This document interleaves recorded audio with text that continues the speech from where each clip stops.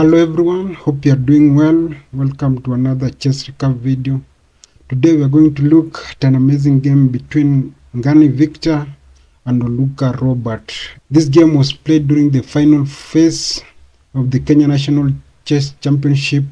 So this was a very intense tournament made up of bigwigs, and the games also are very amazing, epic games.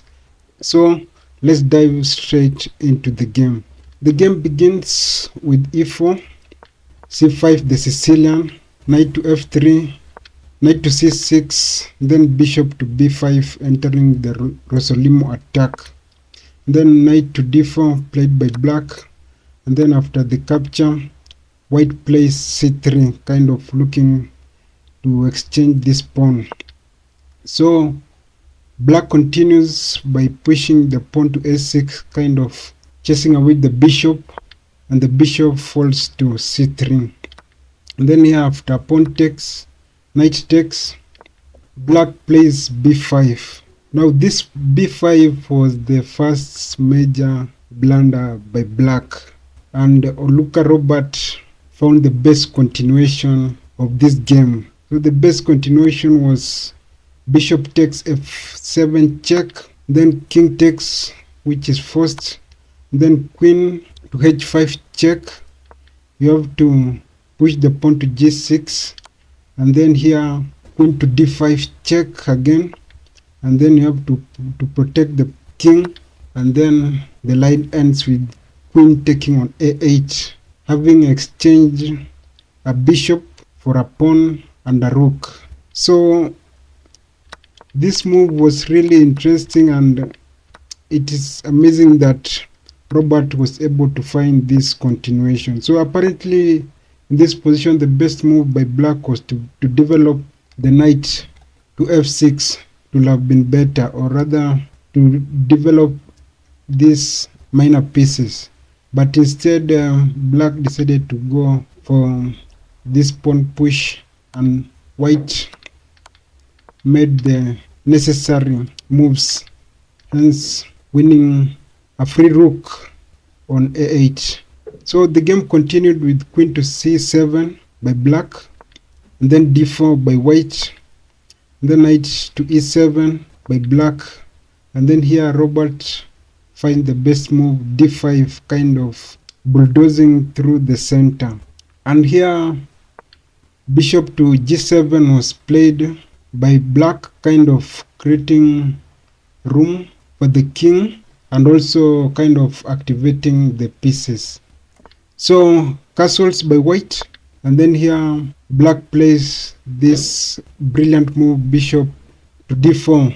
Now the beauty of this move is that it kind of threatens to win this queen on a8, because this move, first of all, it protects this diagonal, and then the second thing is also the rook on h8 will be protected by the same bishop. In the event that black manages to bring the bishop to b7, white will be at a trouble, because this queen will have no squares, hence it will have been trapped.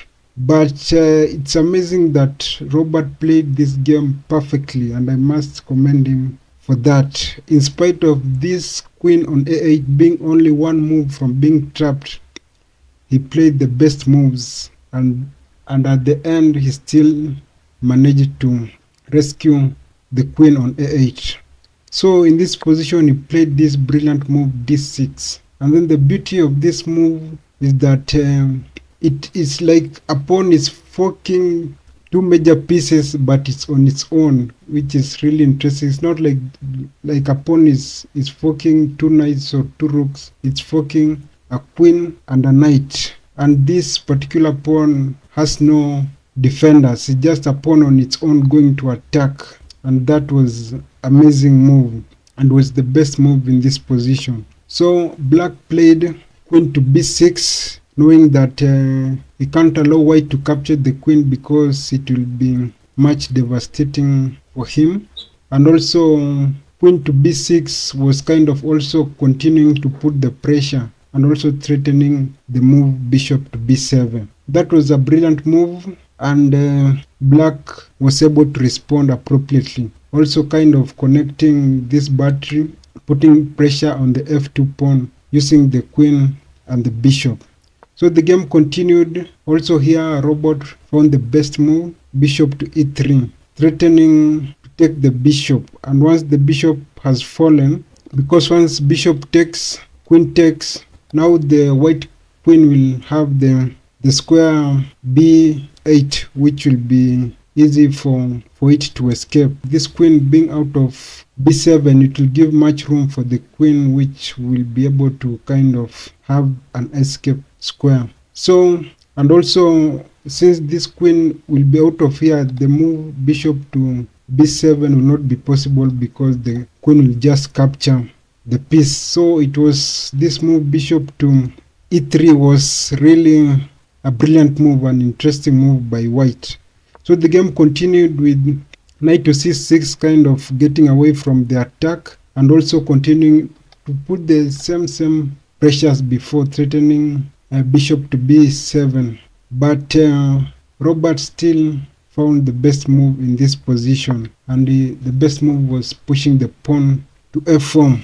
It's really interesting to note that in this position also, capturing this bishop on e3 will lead to this discovery, this a discovered check on the black's king, since the rook is x-raying the black king on f7, and by picking the bishop on e3 with that tempo, black will be able to lose material and will be much better off because the check will make black to lose one move, and hence white can play a move like rook f2 e1, protecting the pawn on e3, and the game will continue. So still black can't pick this bishop on e3 yet, so he must first kind of remove the king from the line of attack by the rook. Epic choices of move by white. In this position, after pawn to a6, black responded by pushing the pawn to b4, which was kind of not the best move in this position. The best move was actually to kind of force an exchange, bring the queen back to b7, and after capture and capturing the bishop, the game should continue. But instead, black played pawn to b4, and here white continued with a counter attack by pushing the pawn to f5, attacking the queen. And here black played knight takes on f5, and then here white also played another very brilliant move, knight to d5, which was the best move in this position. And this move does a lot of things. First of all, it kind of threatens to win the material after the exchange, because if you pick the knight, white can easily recapture with the queen, giving you a check, and if you move anywhere, there is this nasty move bishop taking on d7, and your queen will automatically fall. So it was a brilliant move by white, and it is interesting that he found this move in the amidst of this chaos. So knight to d5 was played by white, and then here black responded by now offering a trade by playing queen to c6, which was kind of forced exchange. Then after picks, bishop picks, knight picks, now the game kind of started to simplify and things were much better for white. In this position, white played knight to b6. Even though this pawn was a free pawn, he could easily have captured it, but I think he instead had other plans, so he played knight to b6. And then here black played a not so good move by attacking the rook on a1, but simply rook a to d1 kind of neutralizes the attack because it was just a one move attack. So rook to d8 was played by black, and then here rook to d3 attacking the knight, and that the knight had to fall back. And then here rook to a1 attacking the knight, and then the knight fell back to c6, and then here white played this very important move, pawn to f4. It is also interesting to note that in this position you can't go for this pawn like by capturing the bishop on c8, and then after rook takes, then if you go for this pawn on c6, white will be able to lose material due to the fact that there will be this not discovered attack by black by placing the knight on e5, and that will create a back rank checkmate, and you lose this rook on d3. So that pawn wasn't really a free pawn, so that's why the move f4 was crucial and it was very important. Also this move, it kind of clamped black's knight, so the black knight didn't have much squares to go to. So the game continued. Bishop to b7 was played by black, and then knight to c4 by white.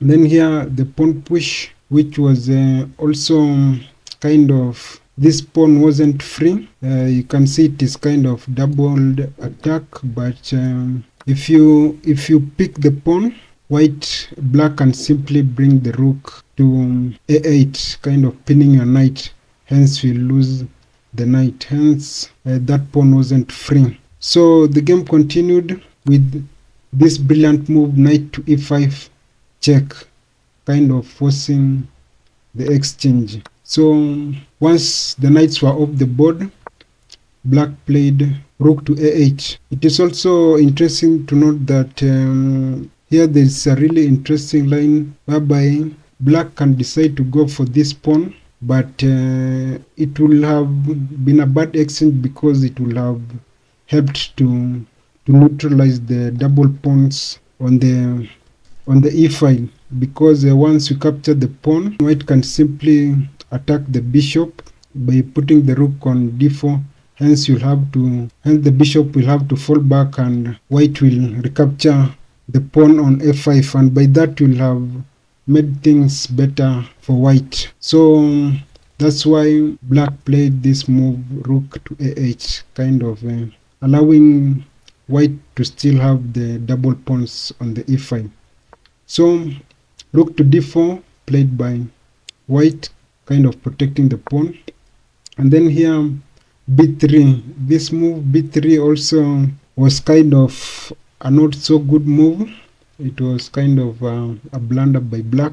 The best move in this position would have been rather to push these pawns forward. So white kind of exploited this weakness created by black by bringing the rook to a3, and you can't push the pawn forward because it will easily be recaptured. So black went for rook to c8, and here white simply captured the free pawn on b3. So black gave the check, king to f2 by white, and then bishop to c6 was played by black. So here white found the best move, the winning move, and the move was rook to c3. The beauty of this move is that it forces the rook exchange, because if you don't pick the rook, if you go to another square, let's say that black takes the rook on a1, white can simply sacrifice the rook, and then after picks there will be a very bitter thorn of this passed pawn. So black will be at a very bad position trying to defend this pawn from promoting, and that will clamp down this king. So this king will be kind of clamped down at either the 8th rank or the 7th rank, since this passed pawn will be only 2 squares from promotion. So rook to c3 was played, and after the exchange things were much bad for black. As you can see from the able bar, white has an advantage of 2.5, which was pretty amazing, which was a very good advantage for white, and it was just a matter of a simple conversion. And so the game continued with king to e8 played by black, and then here king to e3 by white, and then king to d8, and then here interesting move, rook to c4, and then after king to c8, Robert did the thing and he sacrificed the rook, entering into a king and pawn endgame, which was very interesting sacrifice by white. As you can see now here, white has this pass pawn, and now this king can't move away from this pawn because it is only 2 squares from promotion. Yet still white has this advantage of kind of maneuvering and coming and winning the f5 pawn. So during the game, king to d4 was played by white, and the game continued with king to b7, king to c4, and then finally g5 by black, and then white responded with the pushing the pawn to g4. King to b6 played by black, and then king to b3, kind of trying to come to win the pawn on f5, and then c5 played by black, c4 preventing the pawn from advancing, and then king to c6, then king to f4, finally coming to capture the pawn. So in this position, black played king to b6, and white found the best move of winning this endgame, and the move was pushing the pawn to d7, kind of creating a decoy, and here black must chase, and hence losing the pawn on f5. And then after recapture, the move king to b6 wins the game, because black has no other move but to go to d8, and then king to c6 kind of puts the final nail on the coffin. And that's how the game went. So after 48 moves of play, black resigned. As you have seen from this game, very brilliant moves by Robert, I must say, right from the beginning. The fact that he was able to see a weakness, or rather a blunder created by black from the beginning in this position, and maximizing it by picking the pawn on f7, it was really amazing. And then also another beauty of this game is after this queen went to a8 on the 11th move, it still had a greater impact on the game. It was like, yes, the queen is at the corner, at the far end corner, but its presence is still being felt all over the board. That goes to show how amazing, or how great, or how powerful the queen is on the board. So brilliant moves by white, and it was really interesting to analyze this game. I hope you have enjoyed, and see you in my next recap video. Bye bye for now.